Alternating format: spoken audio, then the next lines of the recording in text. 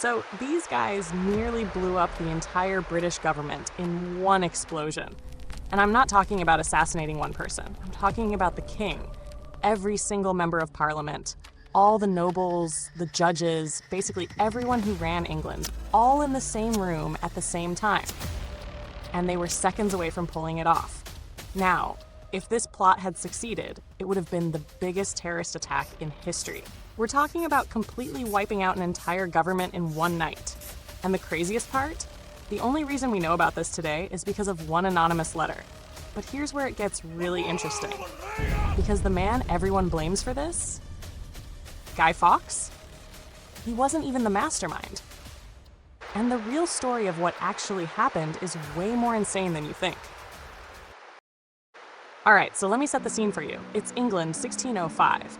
And if you're Catholic in England right now, your life absolutely sucks. See, England used to be a Catholic country. But then King Henry VIII decided he wanted a divorce, which the Catholic Church said no to. So Henry basically said, screw you guys, I'm making my own church. And just like that, England became Protestant. But here's the thing, when you suddenly change an entire country's religion, not everyone's gonna be cool with that. In fact, a huge portion of England is still secretly Catholic, and the Protestant government knows this. So they start cracking down hard. And I mean really hard. If you're caught practicing Catholicism, you can be fined massive amounts of money. If you're a Catholic priest, you can be executed. And we're not talking about a quick death either. We're talking about being hanged, drawn, and quartered. Which, if you don't know what that is, trust me, you don't want to know. Actually, I'll tell you later because it's absolutely brutal. So Catholics are being persecuted left and right, and most of them just keep their heads down and try to survive. But not everyone. Some people are getting really, really angry. And one of those angry people is a guy named Robert Catesby. Now, Robert isn't your typical terrorist mastermind. This guy comes from a wealthy family. He's well-educated, charming, incredibly persuasive. People who meet him describe him as one of the most charismatic men they've ever encountered. Like, if Robert Catesby told you to jump off a bridge, you'd probably consider it. But Robert has a problem. His family has been destroyed by these anti-Catholic laws. His father was imprisoned multiple times for refusing to attend Protestant services. They've been fined so much money that the family fortune is basically gone, and Robert himself has been arrested before for his Catholic activities. So by 1604, Robert has had enough. He's done trying to work within the system. He's done waiting for things to get better. He wants revenge. But not just any revenge. He wants to destroy the entire Protestant establishment in one single catastrophic blow. And here's the insane part. He actually comes up with a way to do it. See, there's one day every year when the king, all the members of parliament, all the nobles, and all the judges are required to be in the same building at the same time. It's called the State Opening of Parliament, and it happens at the Palace of Westminster. So Robert's thinking, what if we could blow up the Palace of Westminster on that exact day? We'd kill everyone who runs the country in one explosion. The entire Protestant government would be wiped out, and in the chaos that follows, Catholics could seize power. It's absolutely insane. But Robert is convinced it can work. There's just one problem. He can't do this alone. So Robert starts recruiting, and he's very careful about who he brings in. These have to be people he trusts completely, people who are as angry as he is, people who are willing to die for this cause. The first person he recruits is his cousin, Thomas Wintour. Thomas is smart, well-traveled, and has connections with Catholic forces in Europe. Robert needs him to help with the logistics. Then there's Thomas Percy. Percy is a bit older, and he has something very valuable. He has connections at the royal court. This is going to be crucial later, but I'll tell you why in a second. Then there's John Wright and Christopher Wright, two brothers who are both skilled swordsmen. Robert figures if things go wrong, he's going to need people who can fight.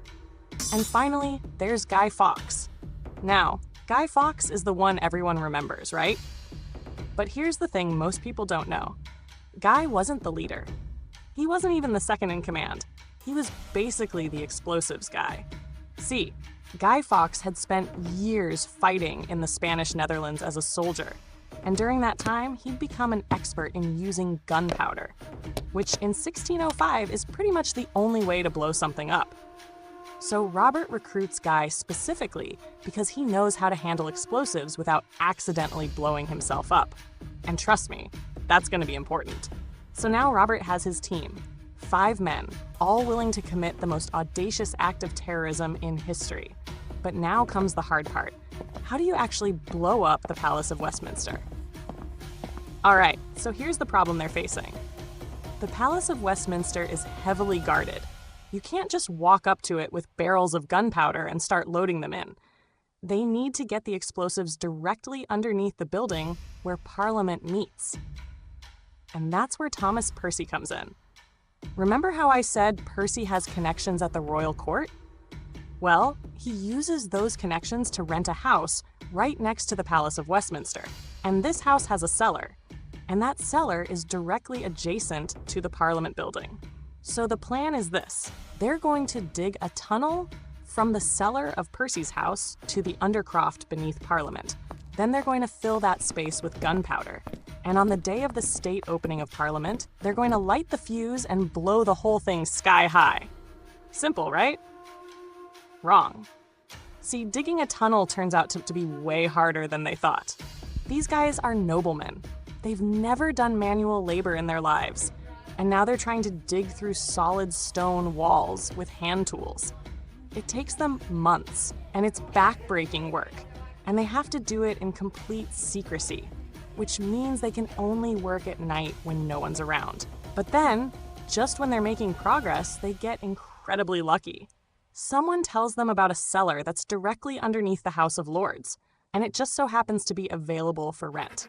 So Percy uses his connections again and rents this cellar. And just like that, they don't need to dig a tunnel anymore.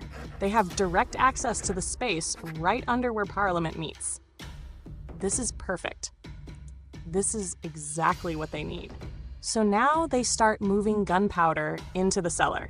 And we're not talking about a little bit of gunpowder, we're talking about 36 barrels, nearly 2,000 pounds of explosives. And to hide it, they cover the barrels with firewood and coal. So if anyone comes down there, it just looks like a normal storage cellar. And then they wait. The state opening of Parliament is scheduled for November 5th, 1605. That's when they'll strike. But here's where things start to go wrong. See, as the plan develops, Robert realizes they're going to need more people, more money, more resources. So he starts recruiting more conspirators. And this is where things get dangerous, because the more people who know about the plot, the more likely it is that someone's going to talk. By the time they're ready to execute the plan, there are 13 conspirators total. 13 people who all know they're about to blow up the king in Parliament. And here's another problem.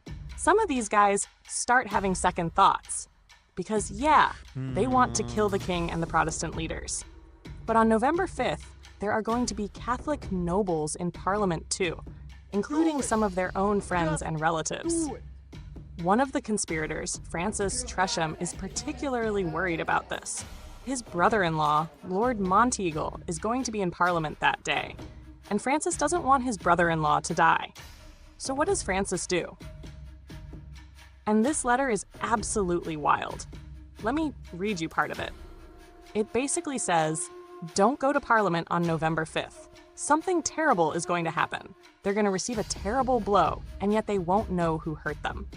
Now, Lord Monteagle reads this letter, and he's immediately suspicious. This sounds like someone's planning an attack. So what does he do? He takes the letter straight to the king's advisors, and now the government knows something is up. But here's the crazy thing. They don't immediately go search the Palace of Westminster. They don't immediately arrest anyone. Instead, they wait. They want to catch the conspirators in the act. Meanwhile, the conspirators have no idea that the government knows about their plan.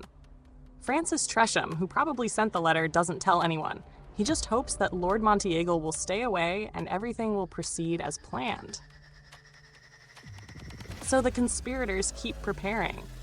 Guy Fawkes is given the job of actually lighting the fuse. He's going to be in the cellar on November 5th, waiting for the signal. But the government is watching, They're waiting for the perfect moment to strike, and that moment comes on the night of November 4th.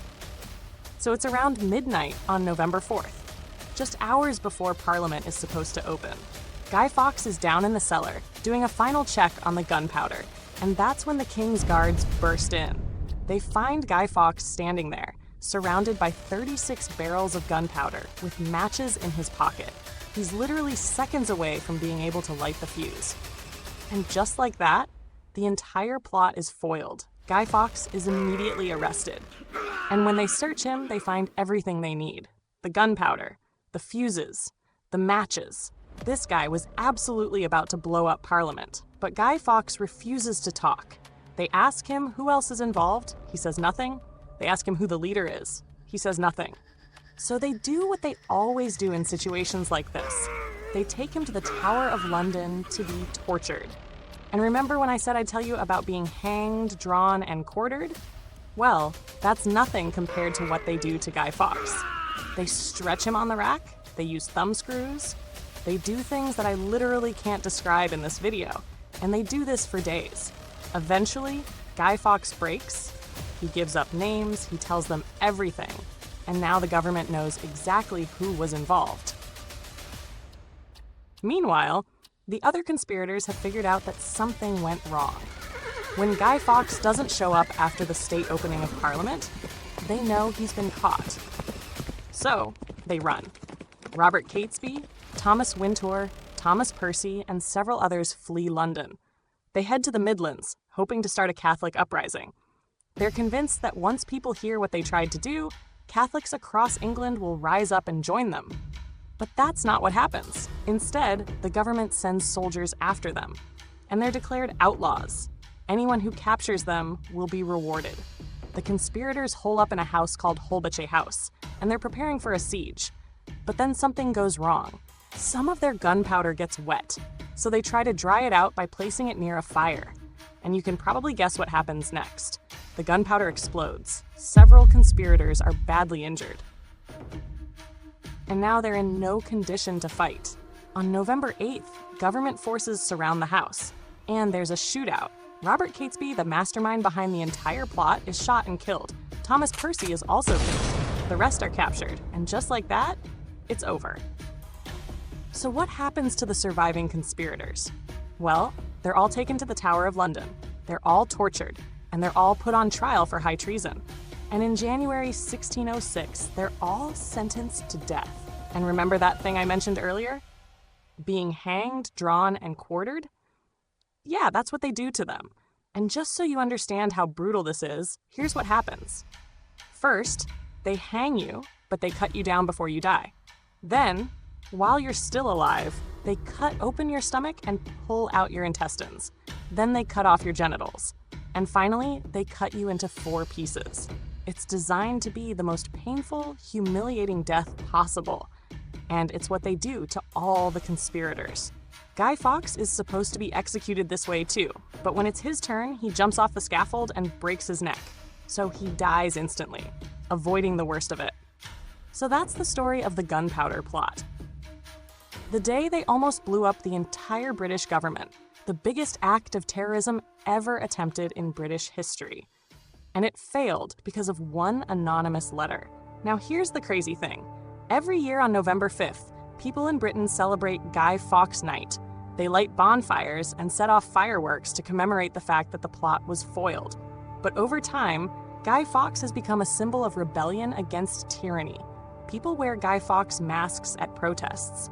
He's become this anti-establishment icon, which is kind of ironic because the real Guy Fawkes wasn't fighting for freedom. He was trying to install a Catholic theocracy. But hey, that's history for you.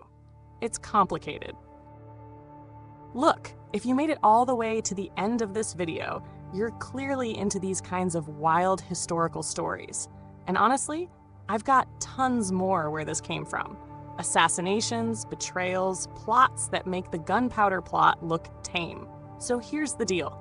Hit that subscribe button right now so you don't miss the next one, because I'm dropping a new story next week that's going to blow your mind. And drop a comment below and tell me, do you think the conspirators would have succeeded if not for that letter? Or was this thing doomed from the start? Also, I want to know what historical event you want me to cover next. Let me know in the comments. Thanks for watching, and I'll see you in the next one.